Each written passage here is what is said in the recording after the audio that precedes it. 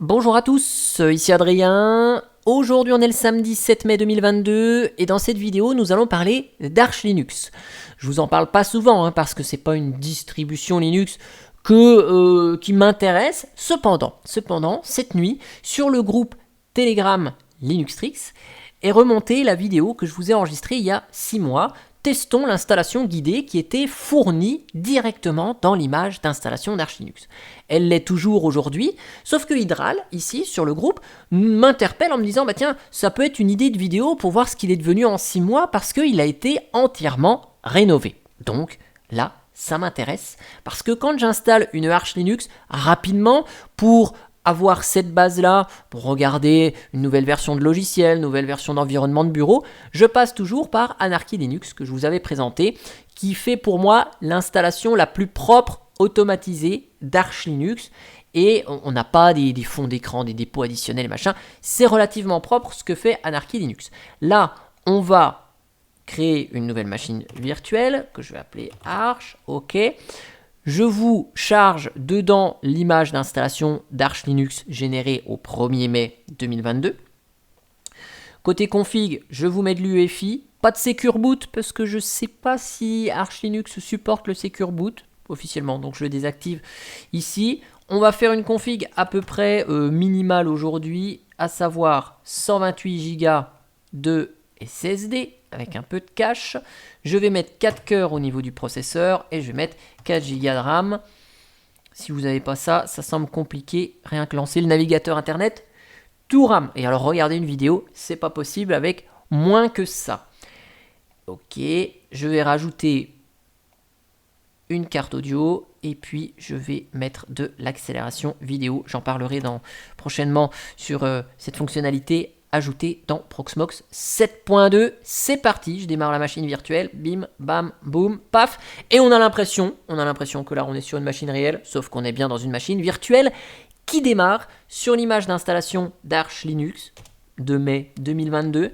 Donc on va lancer l'outil Arch Install, il s'appelle. On va voir les étapes d'installation et une fois que le système sera installé, on verra à quoi il ressemble et quels sont encore les petits défauts de l'outil. S'il y en a encore, je vais le découvrir en même temps que vous, l'outil, la refonte de cet outil. Je n'ai pas eu l'occasion de regarder avant. Donc là, je vous rappelle quand même que même si on lance Arch Install ici, on était en QWERTY, bon, Arch Install, même si on lance l'outil ici et que l'installation est quand même largement simplifiée, il ne faut pas oublier que Arch Linux est une distribution qui mérite de l'attention pour chacune des mises à jour. Il y a parfois des opérations manuelles à faire, donc il faut être intéressé par les actualités du système. Si ce n'est pas votre tasse de thé, partez, comme je le dis toujours, sur une Linux Mint que vous pouvez mettre à jour. Les yeux fermés, vous n'aurez pas de problème. Arch Linux a vraiment sa philosophie de dès qu'il y a un nouveau logiciel, une nouvelle version, ça arrive, bam, et donc vous pouvez avoir le bug qui vous arrive aussi en pleine figure. Donc Arch Linux est quand même réservé à des gens qui vont s'intéresser à leur système Linux. Voilà, avertissement étant fait, on arrive sur donc l'outil Arch Install avec un petit peu de couleur, vous voyez, on peut défiler chacun des éléments avec les flèches haut et bas. Et donc, on va commencer, on va définir la langue de l'outil. Par défaut, c'est l'anglais. On va se mettre sur français pour voir à quoi ressemblent les traductions. Là, normalement, ça doit ne prendre en compte que la langue de l'outil d'installation, pas du système. Vous voyez, ici, on va gérer la disposition du clavier. Donc, on va aller sur français. Nickel. On va sélectionner sa région au niveau des miroirs, donc là où vont être téléchargés les logiciels. Donc chez moi, c'est toujours l'Allemagne le plus rapide. Donc prenons l'Allemagne, vous voyez, je valide avec entrée. Si je veux valider plusieurs choix, on le verra un petit peu plus tard parce qu'il y a quelque chose que je vois déjà depuis ici où je vais vouloir sélectionner 2 éléments. On a autre chose. Donc, sélectionner les disques durs. Ok, je prends le premier disque. Ok, et là, vous voyez, il y a un choix qui est arrivé. Sélectionner la disposition du disque. Donc là, on va aller sélectionner la disposition. On a soit le choix à un partitionnement par défaut, soit on peut choisir ce qu'on veut. Donc là, on va aller sur choisir ce qu'on veut. Soit on choisit de créer ces partitions manuellement, soit on a une suggestion qui nous est proposée. Voilà. Donc là, on va prendre ce choix-là. On peut avoir 4 systèmes de fichiers possibles, BTRFS, EXT4, F2FS, XFS. Moi j'aime bien EXT4, je pars là-dessus. Si vous installez Arch Linux sur une carte SD par exemple, sur un ordinateur portable, vous pouvez prendre F2FS, très pratique. Donc là je prends EXT4. Est-ce que je veux créer une partition séparée pour les documents utilisateurs, le fameux /home? Bon ouais, tiens. Et donc voilà ce qu'il me propose. Un boot en FAT32, 512 mégas. Ouais, boot en FAT32, pourquoi pas. Normalement, avec de l'UEFI, seul boot EFI, le fichier .EFI, doit être sur une partition au format FAT32 avec les drapeaux qui vont bien. Là, ils nous mettent tout boot. Bon, pourquoi pas, si jamais on a un problème au niveau de la génération du noyau qui vient à corrompre le système de fichiers ou autre, réparer un système de fichiers FAT32 sous Linux, c'est pas forcément la meilleure idée. Bon, c'est ce qu'ils nous ont choisi. On a la racine au format EXT4, bien ce que j'ai demandé, et le home en EXT4 également, 20 Go pour la racine, et on voit taille de 100% pour le home, donc il nous prend tout le reste pour le home. Ok. Donc on a la possibilité de faire des opérations si on veut supprimer une partition. Donc là, c'est, j'imagine, les mêmes options que si on fait tout manuellement. On peut créer la partition, on peut supprimer une partition, on peut attribuer des points de montage pour des partitions, etc. Donc on ne va pas rentrer dans les détails ici. Vous pourrez regarder si ça vous intéresse. Et pour sortir de là, je ne sais pas comment on fait. Échappe peut-être. Ouais, ok, c'est bon. Ça a été pris en compte ici. On peut chiffrer l'installation. Donc moi, c'est pas ce que je veux. On peut sélectionner un chargeur de démarrage différent que celui qui nous est proposé par défaut, à savoir systemd bootctl. Donc, je veux pas ça, je veux Grub. Ici, nous le propose. Est-ce qu'on veut utiliser Grub au lieu de systemd? Oui. Donc, on a encore le choix, Grub ou systemd pour gérer l'amorçage. On a le swap qui est actif, true. Là, oui ou non, on prend du swap. Mais si on met oui, ok, comment va être installé le swap, c'est ce qu'on va voir. On a la possibilité de changer le nom de la machine, donc je vais mettre arch install par exemple pour voir s'il change le nom comme il faut. On va définir notre mot de passe route, hop, tiens, allez hop, un bon mot de passe qui va bien. Ça semble être weak, ah ouais, ok. Mais je veux bien l'utiliser, j'ai une majuscule, des minuscules, un caractère spécial, des chiffres, bon, bizarre. Une longueur suffisante. On va pouvoir créer un compte utilisateur, ici, Adrien, parfait. Mot de passe, donc là, pour voir si clavier, AZERTY, QWERTY, c'est bon, je mets la première lettre du compte, A. Donc forcément, là, le mot de passe, il est pas très bon, A. On peut créer d'autres utilisateurs, ici. Bon, tiens, je vais ajouter Bob. Mot de passe, B. Ouais, B. Une fois qu'on a créé nos utilisateurs, je confirme. Bon. Ensuite, on a un profil à sélectionner. Le profil, c'est, on l'avait déjà la dernière fois, c'est un type d'installation. Desktop, donc il va nous proposer d'installer un environnement de bureau. Après, minimal, c'est l'install minimal et après ce sera à vous d'installer en ligne de commande ce que vous souhaitez. Serveur, il va nous proposer au lieu des environnements de bureau dans la partie desktop, des paquets serveurs, HTTPD, serveur web, MariaDB, base de données, PostgreSQL, base de données, Squid, proxy, peut-être d'autres choses telles que OpenVPN ou d'autres types de serveurs. On n'ira pas aller voir ce qu'il y a ici. Et Xorg, il nous installe l'interface graphique, les pilotes, et après c'est à vous d'installer ce que vous voulez comme environnement de bureau avec les paquets qui vous intéressent. Donc nous on part sur une install desktop complète. Vous voyez ici les environnements de bureau qui nous sont proposés. Ok, donc Awesome, BSPWM, Budgie, Cinnamon, Deepin, Enlightenment, GNOME i3, KDE, LXQt, Mate, Qtile, Sway, XFCE4.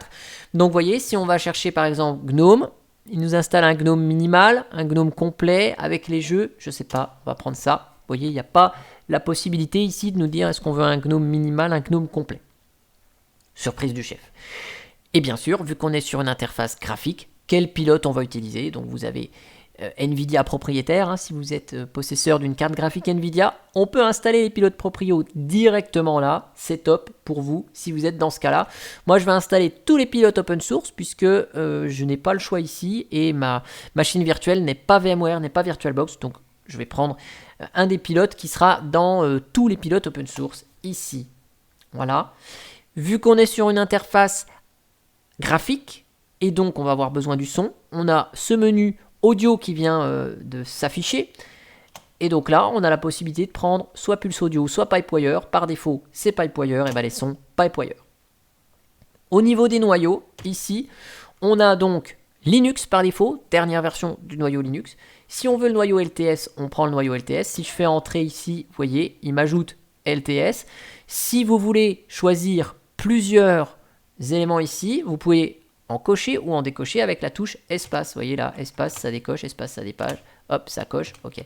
Donc là je prends que Linux LTS, cette fois-ci je ne coche que celui-ci avec espace et je valide avec entrée. On peut installer des paquets supplémentaires, donc je vais installer htop par exemple, nmon, on les sépare par un espace, c'est indiqué ici, et puis je ne vais pas installer de navigateur internet, je voudrais bien installer Vivaldi, mais honnêtement, je ne sais pas quel est le nom chez Arch Linux, Vivaldi-stable, ou bon. On ne va pas planter l'installation avec un paquet qui n'existe pas. Ici, je laisse que ceci.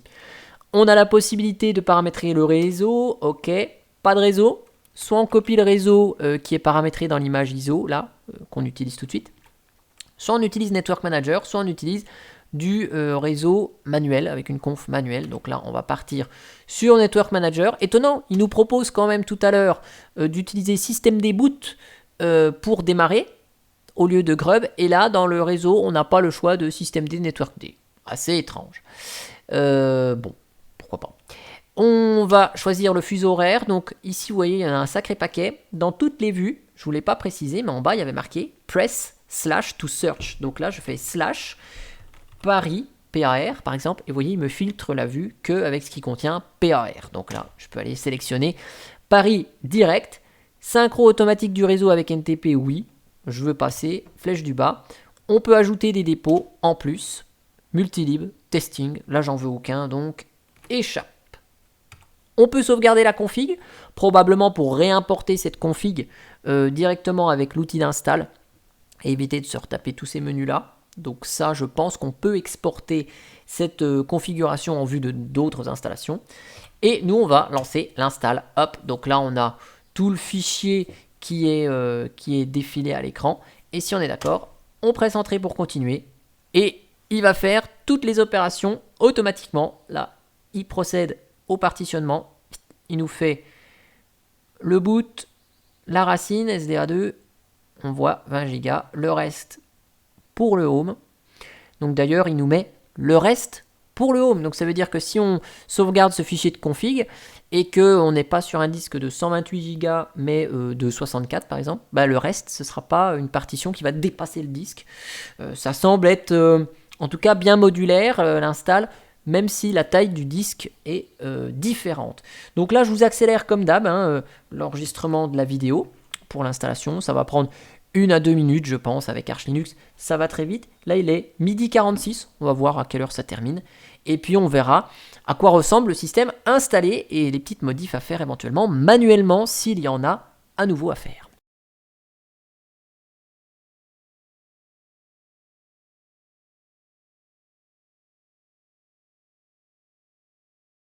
Voilà, donc l'installation est terminée. Il est 12h51. Ok, ça vous donne un ordre d'idée. On a la possibilité, après l'installation, de faire quoi ? De rentrer dans notre système, si on veut faire des configurations manuelles. C'est pas mon cas, donc non, j'ai pas envie. Voilà, et puis mon fichier fstab est créé. L'installation est complétée sans aucune erreur. C'est écrit en vert. Et qu'est-ce qu'on va faire ? On va faire reboot pour aller directement dans notre système. Ça me semble quand même pas mal d'aller voir à quoi ressemble cette Arch Linux installée depuis l'outil d'installation livré officiellement par Arch Linux. Et là, on voit Grub qui est installé, donc c'est bien le choix que j'ai voulu faire. On voit Linux LTS rapidement s'afficher, donc on a bien notre noyau LTS et non pas le noyau Linux tout court qui nous est proposé par défaut. Donc mes choix ont bien été pris en compte. Là, j'ai bien mes deux utilisateurs. Par contre, attention, on est en anglais ici. On est en anglais. Hop, password, barre mot de passe. Par contre, j'appuie sur la lettre A et j'ai bien un A. Donc le clavier est bien en français. Par contre, la langue du système n'est pas en français. Donc, on va faire la petite correction. C'est ce qu'on avait déjà rencontré la dernière fois. Alors attendez, je vais même me permettre de vous mettre un fond d'écran extraordinaire. En tout cas, la résolution d'écran comme il faut, histoire que ce soit pas flou. Voilà. Ok. Donc là, on est net. Par contre, vous allez me dire, c'est tout petit. Donc, je grossis. Ok. Je me mets en super utilisateur. On va aller éditer. Vous vous rappelez ce qu'on avait fait la dernière fois déjà. Hein. On va éditer le fichier etc local.conf. Vous entendez la petite goutte d'eau, donc ça vous montre que le son fonctionne bien. On va écrire à la place de enus.utf8fr_fr. Voilà, c'est pas mal du tout. Et puis, on va aller gérer aussi le fichier local gen. Alors, c'est local.gen. Ok. Et donc là, on a probablement le FRFR qui n'est pas décommenté. Voilà, je vais aller voir en bas ce qu'il nous a mis. Donc en bas, il nous a bien mis ENUS, UTF-8. Bon, je vais les enlever, ceux-là, hop, les deux.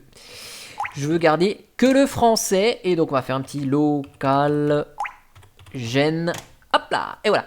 Il nous régénère les locales. Vous savez ce qu'on fait? Je vous montre un petit coup. Pendant que le terminal il est en gros, une M-A, on a bien le noyau 5.15 LTS, bien celui que j'ai voulu installer. On reboot tout ça, comme ça on est en français. Et puis on va voir comment est paramétré le swap, parce qu'on a vu qu'il était installé, mais on ne sait pas trop comment. Donc on va aller voir comment tout ça, s'est installé. Est-ce que c'est un fichier, une partition? On n'a pas vu la partition se créer. Est-ce que c'est ZRAM? On va aller voir tout ça.